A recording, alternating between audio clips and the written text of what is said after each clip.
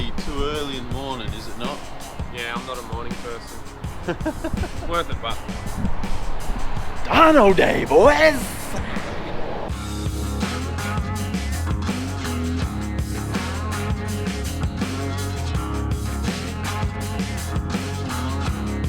We are on the road to seek Michael's destiny. The moment you've been waiting for, buddy. So you can probably see just through there, the XY is behind us. We're on our way to performance carb tuning. Now, I thought I'd just give you guys a quick rundown on a couple of things that we do to make sure that we're ready for Dyno Day. So you got to remember that you're basically paying your tuner by the hour. So if things are going to take a bit longer, you're going to be paying for it. It's really in your best interest, and you'll make your tuner really, really happy if the car is ready to go. So what have we done? Well, we've made sure that one, the car runs and drives, right? Everything works, it runs, it drives. It's got a half decent bass sort of tune in it to get it going. Now, this being a carby setup, obviously Wayne built the carb for us, and it's built to spec, so we knew that was going to be pretty close, and then we've put our base map in the MSD. If you're doing EFI and you're not an EFI tuner, get your tuner to give you a base map. They will do it. They will do it, and it'll cost you nothing. They will give you a base map that you can put in the computer, so the car will run and drive onto the trailer. You're not going to be able to do highway pulls in it, but getting the car running is half the problem. If you turn up to the dyno with a car that doesn't run, I guarantee you are going to cop a big eye roll from your tuner, so don't do that. Also, full tank of fuel. Being on the dyno for a couple of hours will use a fair bit of juice. Don't go in there with half a tank or a quarter of a tank or less. Full tank of fuel. This one runs E85, and we know it's going to drink a fair bit of fuel, so not only do we have a full tank, we've also got a couple of jerry cans as well. Depending on how long this dyno session takes, it could use a good 80 or 90 litres, so make sure that you do have plenty of fuel on board. And lastly, charge your battery. Make sure that you have plenty of cold cranking amps. They'll be shutting the car off, starting it up, shutting it off, starting it up.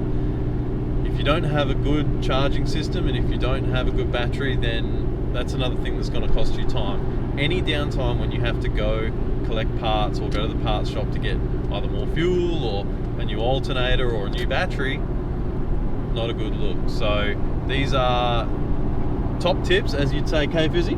It's a hot tip. Hot tip, sorry, I get that wrong every time. Hot tip. Hot tip. Make sure your car runs, make sure you're full of fuel, and make sure that the battery is charged. Another thing, last thing, will depend on whether you're going on a hub dyno or a roller dyno, but if you are using a roller dyno, check your tyres and check your tyre pressures. It's a disaster if your tyre delaminates on the dyno at high speed. That's just a problem you don't want to deal with. If it's a hub dyno, not so big of an issue because you're literally going to bolt the hubs to the dyno. But roller dyno, definitely make sure that your tyre pressures are on point. Alright, so we're going to be at performance carb tuning very soon, and yeah, looking forward to it. What do you reckon, Michael? Oh, I'm looking more forward to it than this fucking trip. Oh shit, can't swear, can I? Than this traffic. Oh man, this traffic. Yeah, it's ridiculous, but hopefully another 20 minutes or so. We've been on the road for a couple of hours, but you know, what's another 20 minutes? So we'll be there shortly, and we'll see how the car does. Hey! Hey! We got places to be, you dog! Look at this guy! Unreal, isn't We got an appointment, bro! We're getting there. Bloody hell.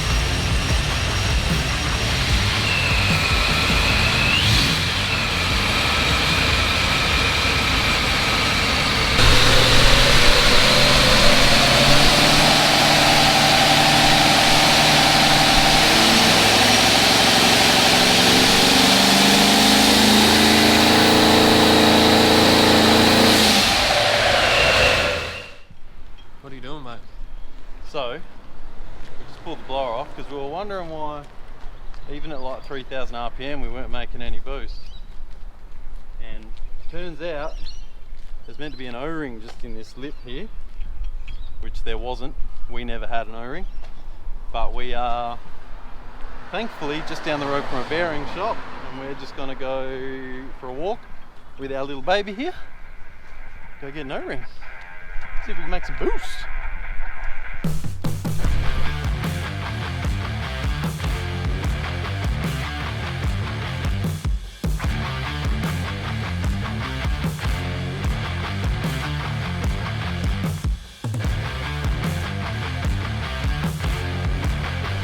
We're here at Performance Carb Tuning, and we've done a couple of sort of, I guess, pre-flight checks. Hey Kurt. Yeah. We've had a look, done an overall health check of the engine, and because this is a brand new setup, Wayne has sort of put it under load on the dyno just to bed in the rings and stuff a little bit. Found a couple of small teething problems. So obviously there was that seal issue with the blower, which now we've got sorted, and we're going to get ready to start doing some power pulls. I think the aim at the moment is we're going to do a couple of baby pulls on this dyno, and then we're going to transfer the car over to a hub dyno after that, hey? Yeah, something like that. So yeah, we'll see how it goes. So it seems low on pulley, like it's not making much boost. Wayne was revving it to 3.5 with load. It wasn't really making any boost. So yeah, at the converter, he said, is also feels tight. So that doesn't translate to something that you really want. So nah. We're probably going to have to make some changes after this and come back. But I mean, at the end of the day, this is probably the beginning for this combo. Michael can put bigger cam, smaller pulleys. You know, we can actually really get after it, and if he really wants to, we can go more compression. Yeah. We can definitely go more compression and make some big power with this combo. But looking forward to seeing what it's going to do. Yeah. I mean, hopefully one day Michael will put his big boy pants on and put some small pulleys on them. Yeah, oh, that'll happen. Oh, for sure. But for now, we'll get out of Wayne's way and let him do his thing, and we'll see what this thing can do.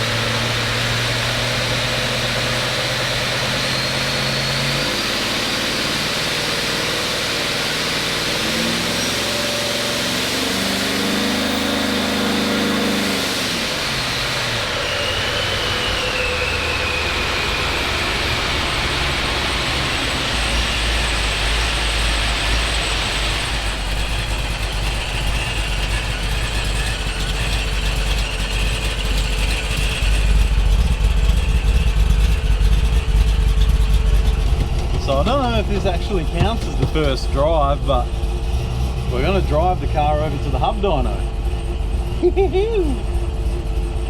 You excited, Mick? Extremely. Are you like an expectant father? Just the closest thing that will come to it, yeah.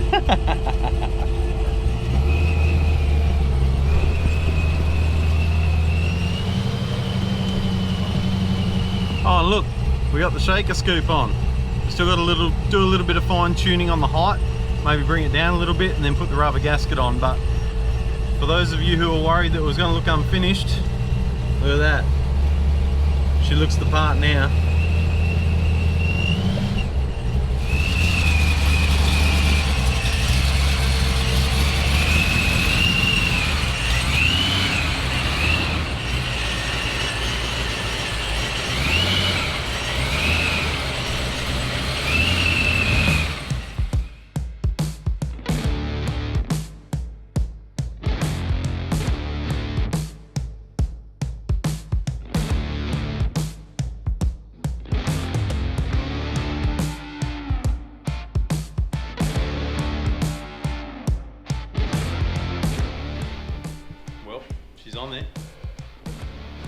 it does, eh?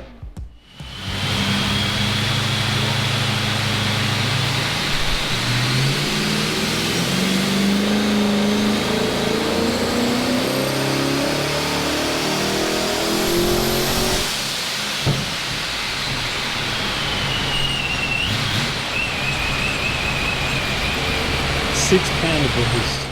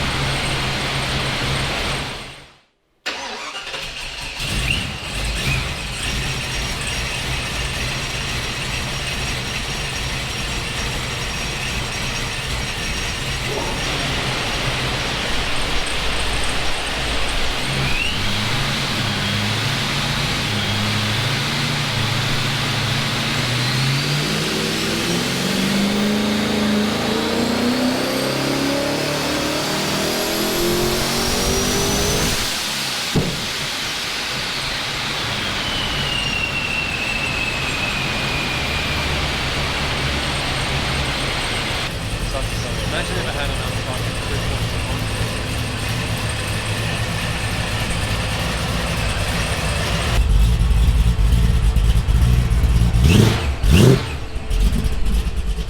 points Well, probably be lying if we didn't say we were a little bit disappointed there.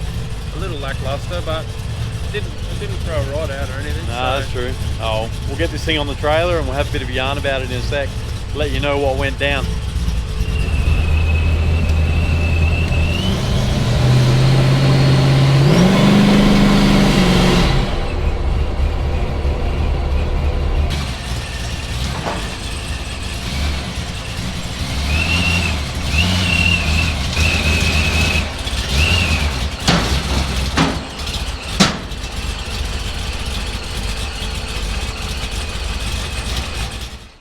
Stuck in a bit of traffic, so I figured let's give you guys the rundown. What happened? You're a little bit heartbroken, aren't you, bud? No, that car behind us has been following us for ages now. No, don't do that. You don't even have kids. We can do that, you can't do that. 397 horsepower was the final figure. Why's that? Well, No boost. no boost, exactly that, and low compression as well. So we didn't know what that pulley setup was going to do. We had aspirations to think that it might make somewhere around 12, maybe 14 pound. Turns out that at just over 6,000 RPM, it only made 6 pound. So that's it. The blower's just not working. And when I say not working, I mean we are not putting it to work. Yeah, it's not turning the RPM as it needs to. That's right. So Wayne, who's done a couple of Procharged setups before, pretty experienced in what he does, he said that the F1R wants you to wring its neck, essentially. It wants to be up there, being put up near its maximum RPM to give it a maximum efficiency. So 68,000 RPM is where that blower is rated to. And we were probably, what was it, 56,000? Yeah. I think when we did the maths on it, based on engine RPM, it was about 56,000 RPM on the blower. So, what does that mean going forward? Well, we're going to get a new pulley for it, aren't we, Mick? I'm looking for one right now. We are shopping for another pulley. So, once again, we've done the maths, what tooth count we need. We can't go any bigger on the crank pulley because of the way that the water pump and everything is, but we can go smaller on the blower pulley. So it's got a 44 tooth pulley on it at the moment, and we're going to look for a 34 tooth pulley. Yeah, so with our engine Which is up, it's the second smallest one they make. They do a 32 as well, and that's it. That's as low as they go. That's right. And regardless, we've done the maths that this is essentially going to max out the blower RPM anyway. We could overdrive the blower, or rev the car less. Yep. You know what I mean? Yeah. To So, land where you but want. as it is, we'll probably be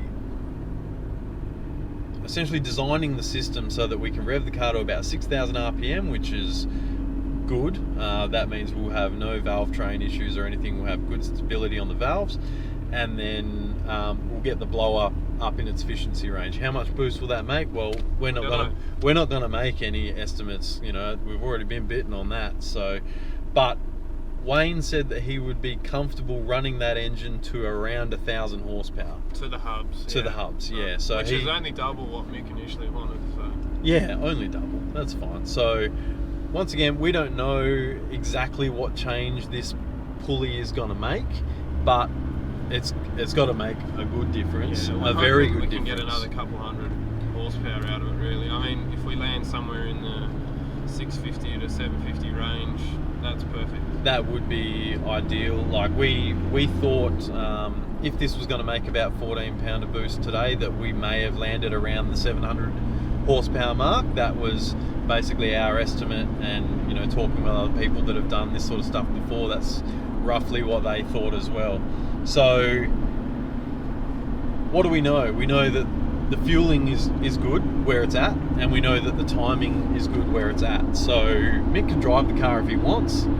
It's going to make 400 real horsepower essentially, so certainly not mind-blowing numbers, and certainly not the sort of numbers that you'd be shooting for, particularly, not that we like to touch on the budget too much, but particularly after spending what has been spent to come this far as well.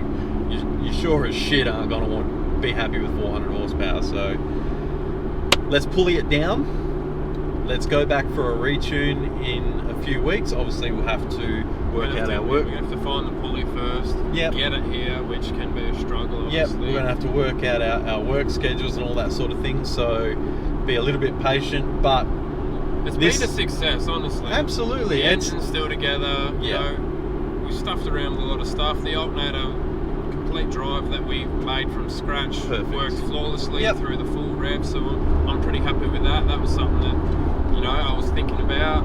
Yeah. I mean, we can call this stage one, essentially. This was proving, does the system work? Absolutely it does. The torque converter is a bit tight, but that's because we're not giving it the power that it wants.